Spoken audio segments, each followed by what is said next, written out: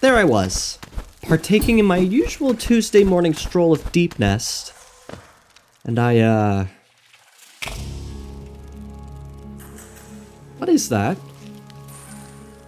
My first thought, some weird suspended egg. But they're only found on walls, so maybe it's a dead lantern. There are active Lumafly lanterns throughout Deepnest, but the glass and lamppost look nothing alike. Still, I was very dead set on pinpointing what these things were, and after some spelunking and shallivanting and strong bungling, I found my answer. These are all the Lumafly lampposts in Deepnest. The highlighted areas require a Lumafly lantern to see in, and this is where the suspended eggs are located. Huh. When Hollownest was attempting to build a tramway here, did they also plant these Lumaflies in their initial exploration of Deepnest? Does this divide in lighting reveal where construction was cut short by encroaching hostilities? As for the suspended eggs, maybe they shine some invisible light only spiders can see.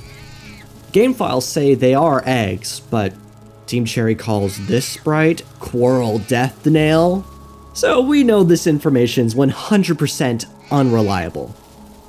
Or, maybe they're only found in dark rooms because these specific eggs are sensitive to light.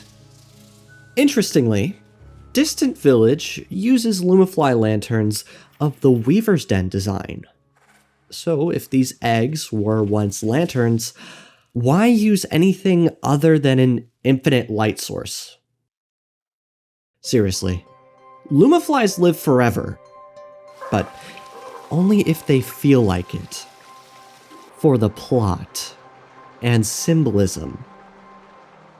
When a bulb lacks an occupant, it's commonly done to differentiate active or inactive stagways. In the failed tramway, most Lumaflies are dead or escaped.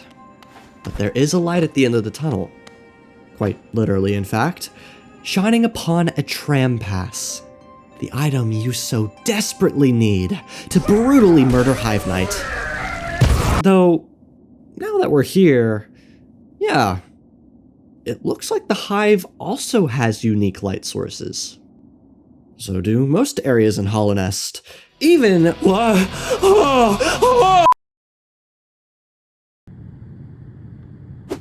hi! I didn't see you there.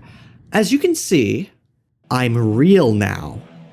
This is a sponsor segment, and this is my Lenovo Legion, the perfect laptop for any budget.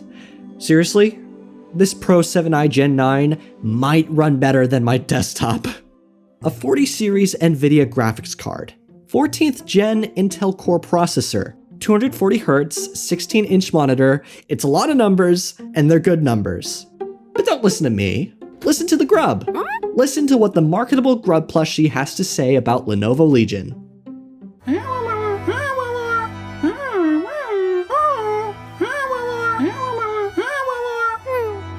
Thanks, grub. And guess what? School's starting soon. So STEM students are going to need a fast and reliable system. That applies to you too, gamers. This is on max settings, by the way. It's a beast! There's a link in the description to check out these Lenovo Legion laptops for yourself. Thanks again to Lenovo for sponsoring. Let's get back to the video. There's about 88 unique sprites of lampposts, torches, candles, and other artificial light sources throughout Hollow Knight. That's a bit too many for me to analyze here. Thankfully, I've collaborated with Miles Nugget to rank them all on his channel. Feel free to watch his video after mine, but still, with that many lanterns, there's bound to be some that can shed light on the lore. Wait, please don't go. Great place to start.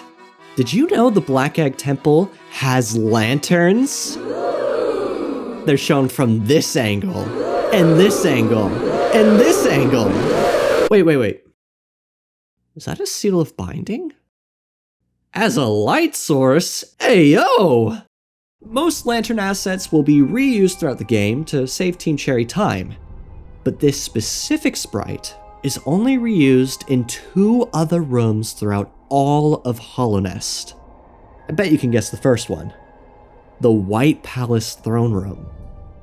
It makes sense the Pale King would use lamps from his very important palace in this very important Black Egg, but why specifically the Throne Room? That's right, it's another symbolism. Just as the Pale King sits on his throne, chained to it by his mortality, so does the Hollow Knight wait in the Black Egg, literally chained.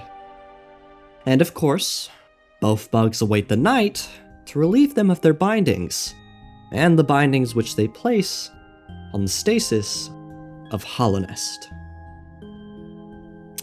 Yeah, I know. The connection probably wasn't purposeful. Thankfully, the third lantern location's pretty straightforward, considering it's here? Wait, hold on. No, that's not... It can't be. Oh my god, he was right. Oh my god!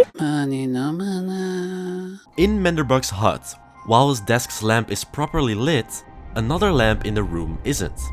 And you're probably wondering, how could a Menderbug fail to mend his own home? Well, for starters, I'm seeing many supplies for rebuilding signposts, but no spare bulbs or Lumaflies in sight.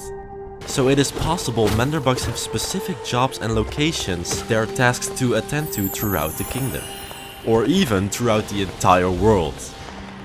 Or maybe he has been a little preoccupied with more pressing matters. Like being dead. In a live stream I did way back when, I tried to map out the Pilgrim's Way. It wasn't easy, but my findings were quite rewarding. For starters, when you connect the Hollownest-made roads, scattered throughout green path and fungal wastes, you find the Pilgrim's Way does follow a purposeful line of rooms towards City of Tears. Quite winding, if I'll be honest, but a defined path nonetheless. And as you'll see throughout this section, these rooms show substantial proof of Hollownest's return to nature. One question I've always asked is, why walk the Pilgrim's Way when you can just use a stag? You have to cross through Queen's Station to complete the pilgrimage. How can they verify you did this legit? I guess they could give you a delicate flower at the start. Then you wouldn't be able to ride the stags without breaking it. Oh, that's why they're in Hollownest. Whatever the case, let's get back to lamp lore. You probably remember these lamps originating from Greenpath, but they aren't actually native to any specific local. They're generously littered throughout Queen's Gardens, but outside of that, their placement is specific to the Pilgrim's Way, acting as markers for continuing the pilgrimage. Big surprise, Greenpath wouldn't have any lampposts without the Pilgrim's Way. And I mean, it's not like they needed them anyways, but still. As well, you could argue this applies to fungal wastes too. The Mantis tribe, while honorable, made some questionable choices in honoring their truce with Hollownest, blocking off this part of the pilgrimage for one. As well, their lanterns look suspiciously similar to that of the Pilgrim's Way, and their makeshift nature may imply these bulbs were stolen, not crafted by the tribe. So, for how convoluted and unnecessary the Pilgrim's Way may seem, without it, Greenpath and fungal wastes may have never had these iconic Lumafly lamps to begin with.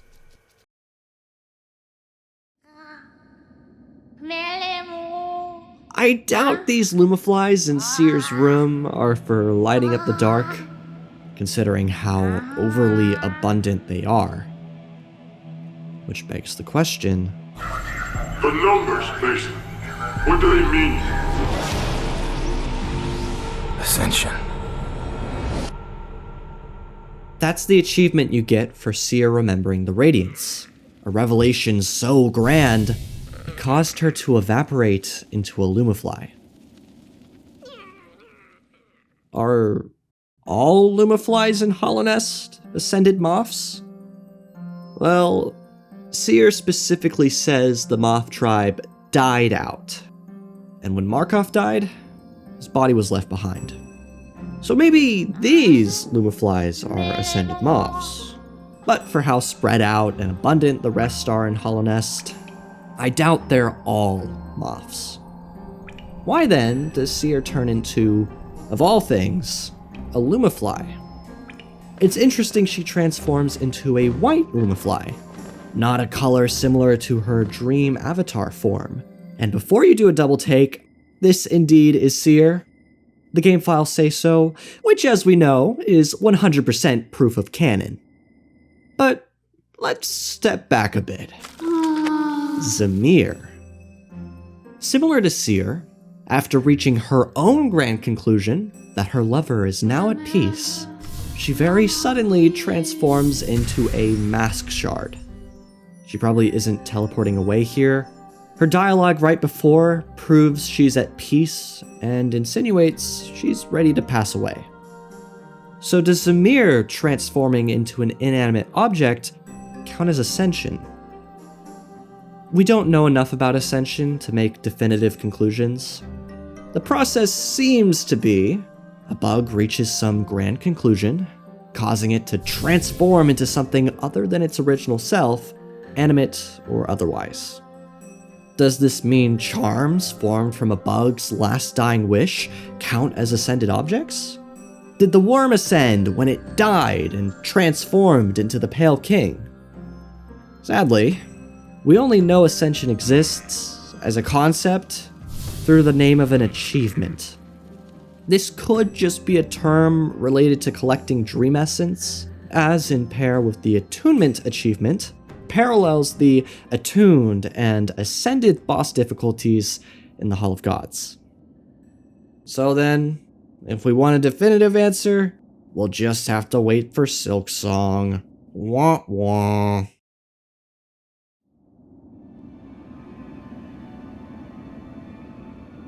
It seems the hive's honey has the ability to generate light.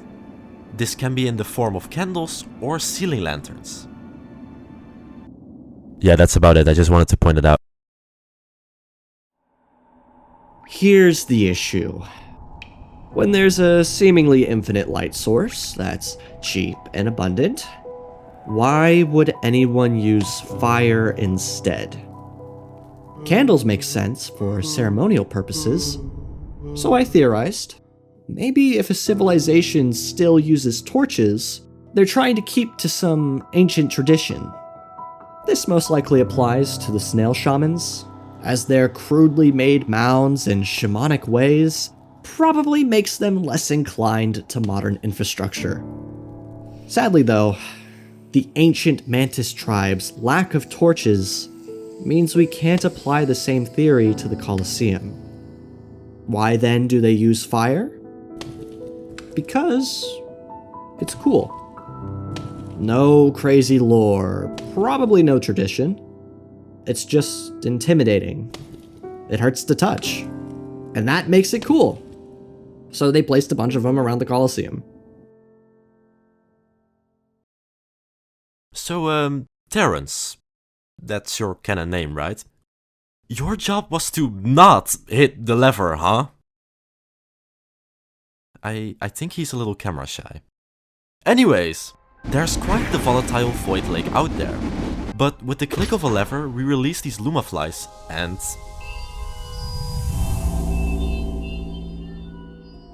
problem solved! Now, it's not just Lumaflies that affect void like this. Two different sources of light, the Pale King of Soul and the Radiance of Dreams, both share a common enemy in the Dark Essence. With enough light, you can quell the volatile substance, and with enough void, you can blot out the sun. Two opposing forces in constant conflict. Some theorize these Lumaflies help spread the Pale King's light, which is how his beacon spreads intelligence. But we see Lumaflies in the Quirrell comic outside of Hollownest, so I'm not too sure the Pale King created them. So, main takeaway, any abundance of light can quell void. and Terrence is probably getting fired.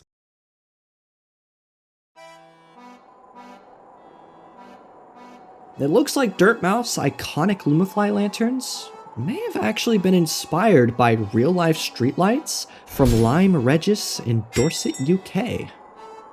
They're pretty much identical. Cool! You'd assume, considering how tech-heavy and innovative the Teacher's Archives is, its light sources are all powered by electricity. But that may not entirely be the case. Exhibit A, jellyfish lanterns. There's a little buddy in this lamp. Exhibit B, mysterious lanterns. With the newfound knowledge from Exhibit A, this could very well be a containment vessel for some gooey, icky specimen of the creature variety. Exhibit C, floor lights. These are likely just some windows allowing natural light from the archive to seep through. Actually, the more likely instances of electrical lighting in Hollow Knight are the ones on big elevators, maybe those in the White Palace if it's not magical, and any light source in trams, and the little indicator on activated levers, which you can just argue in the comments if they count as lanterns. Mask maker, buddy, pal, friendo, you've got some Lumaflies in your workshop. This design of lantern is not seen anywhere else in Hallownest. They're specific to this room alone. All I'll say is, this guy seems pretty ancient and he's a mask maker, not a Lumatrician. So if not him, who installed the lights? Were they added when he first set up shop, or did modern society gift him these handy sources of light? Either way, I'm not surprised he chose Lumaflies over torches, because the smoke would not have been very practical for such a small room. Or, you know, accidentally burning down the entirety of Deepnest. Why is that lantern so big? Really nothing lore-wise we can pull from this thing. We're in the Kickstarter backer room after all. Maybe this bulb symbolizes how big and bright the backers' brains are to have kickstarted Hollow Knight. Or is it that Hollow Knight was the big and bright idea? Almost like Team Cherry patting themselves on the back. Kinda weird, champ. These Dream Essence lanterns are cool though. Unlike those other Dream lanterns. You can watch Miles Nugget's lamp ranking video for why I think that, but... hold on. No! You're not supposed to be here! No! Hey!